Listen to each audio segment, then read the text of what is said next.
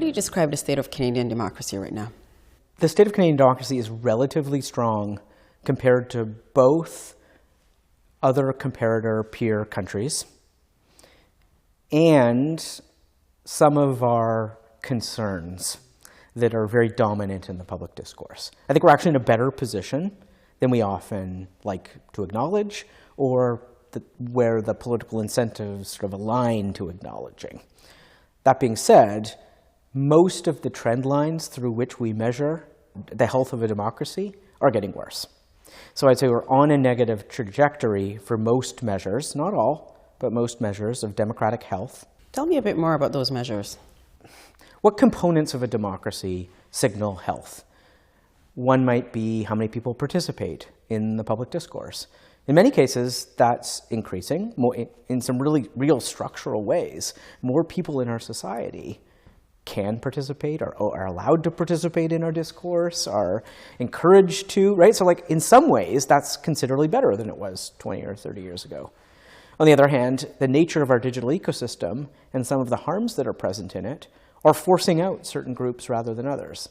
So you have to kind of counterbalance those two things together, that overall more people are much more free to participate in the public discourse, but the harms of the ecosystem are censoring and silencing and forcing out some people over others.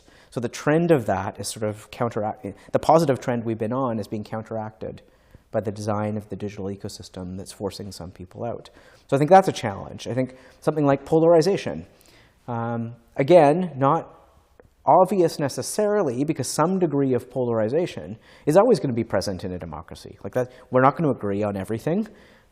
Does that make us polarized from one another? Well, as long as we have a chance to articulate our differences and to potentially reconcile them, or to have democratic choices that represent our differences and still value each other as members of society, then polarization is okay. However, the trend of that is effective polarization, which means I don't just disagree with you about X issue, I actively dislike you because of your belief. Or I don't want my kids playing with your kids because of our differences of belief on any topic. That kind of like harsher friction, that's often called effective polarization, is on the rise. So polarization itself, not necessarily a huge problem, but effective polarization, active dislike of someone from their belief, which we're seeing more and more of, in part driven by the nature, again, of our digital ecosystem, is a negative trend. So I think across all these different variables, we need to be balancing these overall trajectories that we've been on as a society with some of these new variables that are driven in many ways by the ways in which we're having conversations now, the ways in which we're participating democratically as a society in our public sphere, which is mediated by technology.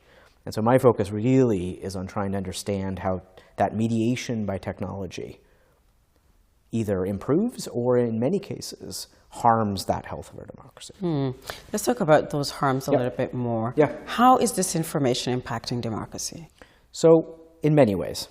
At the baseline, some degree of accepted reality is required for a democratic society.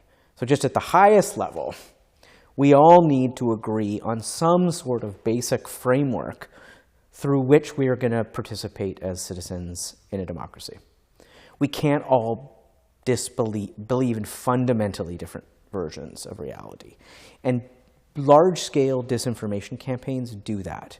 They undercut the kind of core basis on which we can disagree, that kind of factual reality on which we can then have democratic disagreements. So that's like one way it happens, one way it affects democracy.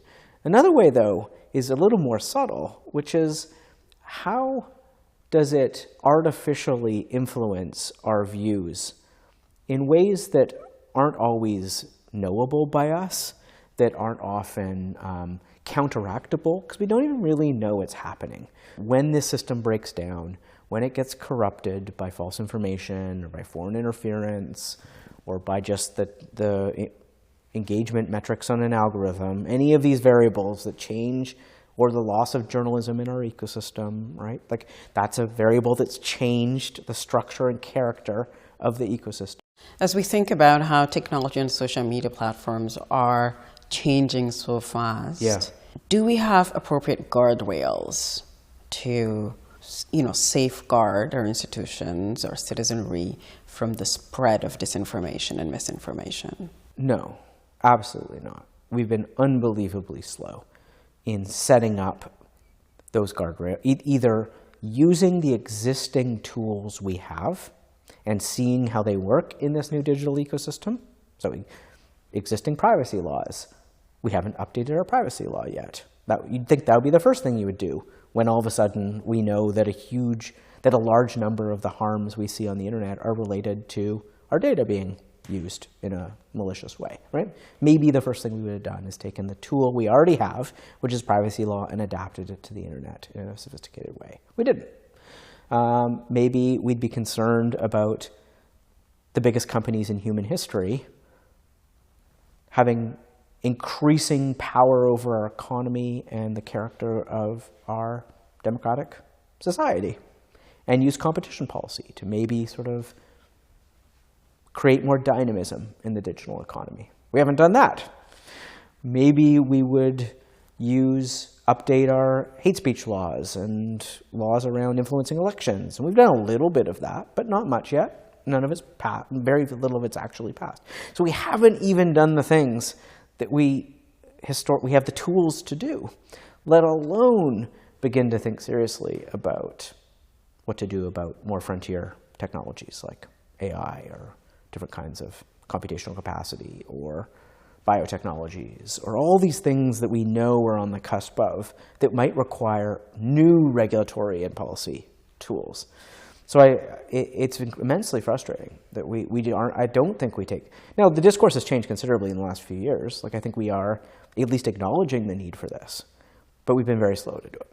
What concerns you the most as you look to the next federal election? What worries me is that it's very difficult to imagine sweeping structural change happening in our regulatory environment, in our media and technology environment between now and then. So we're probably pretty locked into the path we're on. And that is a ecosystem that's pretty vulnerable to external shocks, that's pretty vulnerable to foreign influence, that's very difficult to see into because, again, the companies are sort of closing off access to visibility into their systems. Like, researchers no longer have access to watch and participate and understand these systems. So I think we're heading into a fairly opaque period with a new technology being added to it that arguably makes it more opaque. So the more AI there is in the system, the less it's knowable. And I think my core concern would be we trust facts less and less.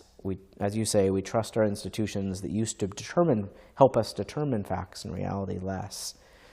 And we don't have visibility into the system and that's determining what we see and how and why. So I think there's some things to be concerned about for the next election, for sure.